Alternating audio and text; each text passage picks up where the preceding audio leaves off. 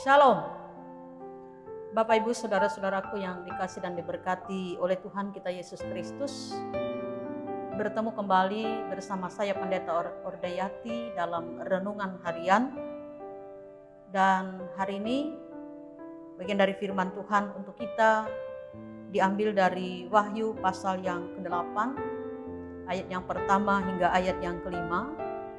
Namun saya tidak membaca keseluruhan dari ayat demi ayat firman Tuhan untuk kita. Saya hanya membacakan pada ayat yang ketiga dan ayatnya yang keempat yang demikian firman Tuhan. Dengan perikop metrai yang ketujuh. Ayatnya yang ketiga, maka datanglah seorang malaikat lain dan ia pergi berdiri dekat mezbah dengan sebuah pedupaan emas. Dan kepadanya diberikan banyak kemenyan untuk dipersembahkannya bersama-sama dengan doa semua orang kudus di atas mezbah emas di hadapan tahta itu. Maka naiklah asap kemenyan bersama-sama dengan doa orang-orang kudus itu dari tangan malaikat itu ke hadapan Allah. Saudara-saudaraku yang dikasih dalam Tuhan kita Yesus Kristus. Apa yang Bapak Ibu Saudaraku rasakan ketika saudara sudah berdoa? Saya merasakan setelah saya berdoa, ada ketenangan, ada kedamaian. Dan saya juga merasakan ada kekuatan yang ada dalam diri saya setelah saya berdoa. Lalu sebaliknya, apa yang saudara rasakan ketika tidak berdoa? Bapak Ibu Saudara-saudaraku, kalau saya merasakan kalau tidak berdoa, ada rasa kekhawatiran, ada rasa kecemasan, ada rasa ketakutan. Bapak Ibu Saudara-saudaraku yang kekasih, hal itu menunjukkan kepada kita betapa pentingnya doa di dalam kehidupan kita. Doa menjadi bagian yang terpenting dalam hidup orang Kristen. Karena itu doa seringkali digambarkan sebagaimana napas hidup. Napas hidup orang yang percaya.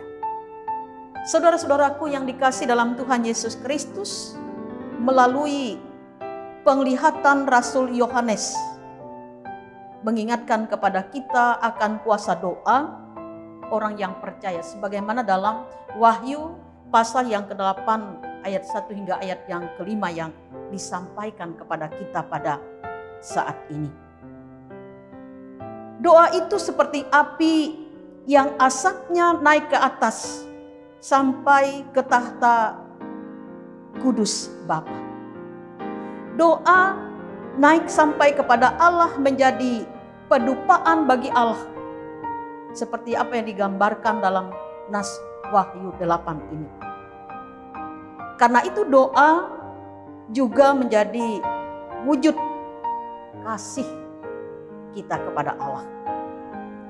Doa yang menyenangkan hati Bapa bukan karena kata-kata yang indah yang kita rangkaikan, tetapi yang lahir dari iman seperti alunan musik yang datang dari hati dan jiwa. Doa yang kita ungkapkan oleh iman percaya dalam keyakinan yang sungguh-sungguh kepada Allah. Saudara-saudaraku yang dikasih dalam Tuhan kita Yesus Kristus, dalam Mazmur 141 ayat yang kedua berkata, biarlah doaku adalah bagimu seperti persembahan ukupan dan tanganku yang terangkat seperti persembahan kurban pada waktu petang. Bapak Ibu Saudara-saudaraku, hal ini juga menyatakan kepada kita bahwa melalui doa itu adalah keyakinan bahwa kita tidak pernah berjuang sendiri. Ada Tuhan yang selalu bersama, yang memberikan kekuatan, yang memberikan kemenangan kepada kita dalam apapun keadaan yang terjadi di tengah-tengah kehidupan kita. Setiap doa yang kita naikkan dengan penuh rasa syukur seperti suatu ukupan yang harum dan yang menyenangkan hati Tuhan.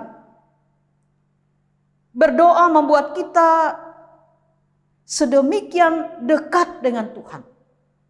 Karena itu sebagaimana saya katakan pada awal tadi, ketika kita tidak berdoa, kita merasa kita tidak tenang. Ketika kita tidak berdoa, kita merasa kita jauh dari Tuhan. Tetapi ketika kita berdoa kepada Tuhan, kita merasakan kita sangat dekat. Kita merasakan ada kekuatan. Jadi doa itu sebagaimana senjata dalam kehidupan kita sebagai orang yang percaya.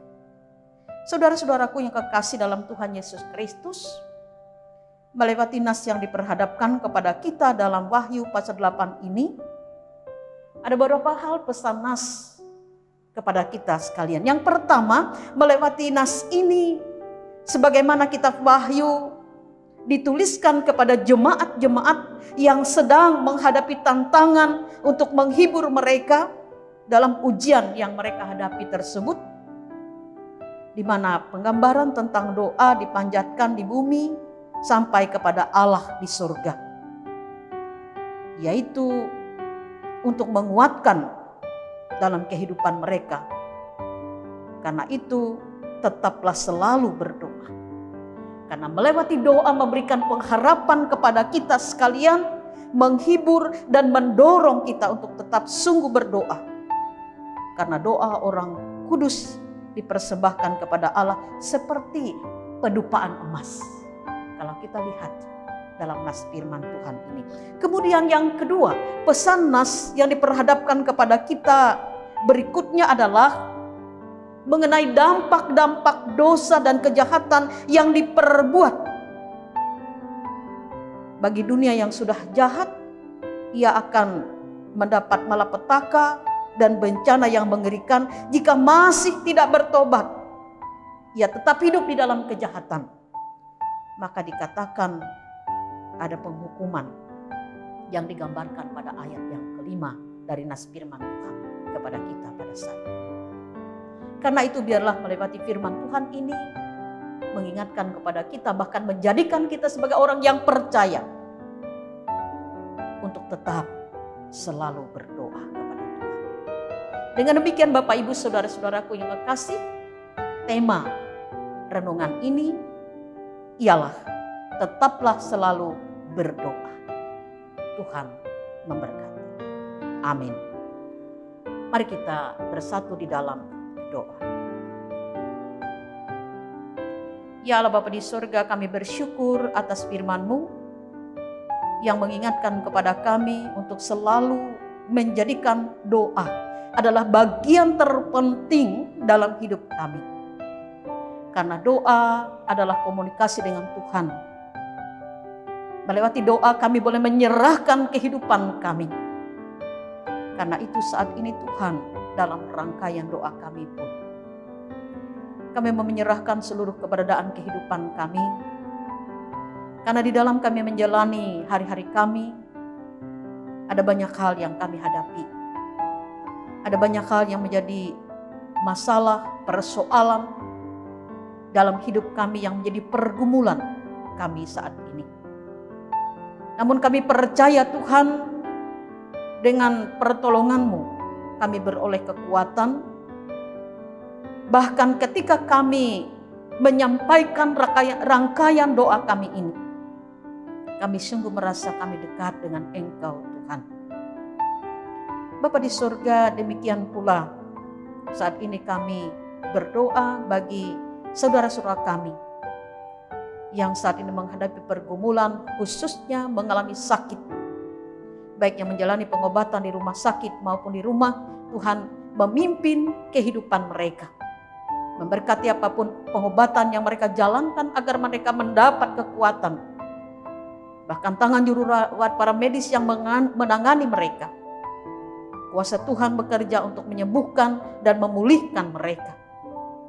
Begitu pula Tuhan, kami juga berdoa secara khusus bagi pelayanan gereja yang saat ini Tuhan di tengah situasi pandemi COVID-19, walaupun kami masih melaksanakan kegiatan dalam pelayanan terbatas. Namun kami percaya Tuhan, Engkau menyertai berbagai upaya, bahkan dengan berbagai cara pelayanan yang dilakukan. Kami yakin dan percaya Tuhan, Engkau campur tangan, sehingga melewati pelayanan yang dilakukan dengan berbagai cara, bahkan media, akan tetap boleh berjalan dengan baik. Bahkan melewati itu semua, nama Tuhan dipuji dan diagungkan. Bapa di surga, demikian kami juga berdoa bagi bangsa dan negara. Tuhan pimpin dan sertai untuk terus boleh menjalankan tugas, khususnya kepada para pemimpin kami, agar melaksanakannya dengan baik seturut dengan kehendak Tuhan. Demikian pula dalam kami menjalani segala tugas aktivitas kami percaya Tuhan, Engkau yang selalu memimpin kehidupan kami, agar kami terus boleh menjalaninya seturut dengan kehendak Tuhan. Terima kasih Bapa di surga. Kami menyerahkan doa dan permohonan kami saat ini hanya ke dalam tangan kuasa-Mu dalam Yesus Kristus, Juru Selamat, kami berdoa dan mengucap syukur. Amin.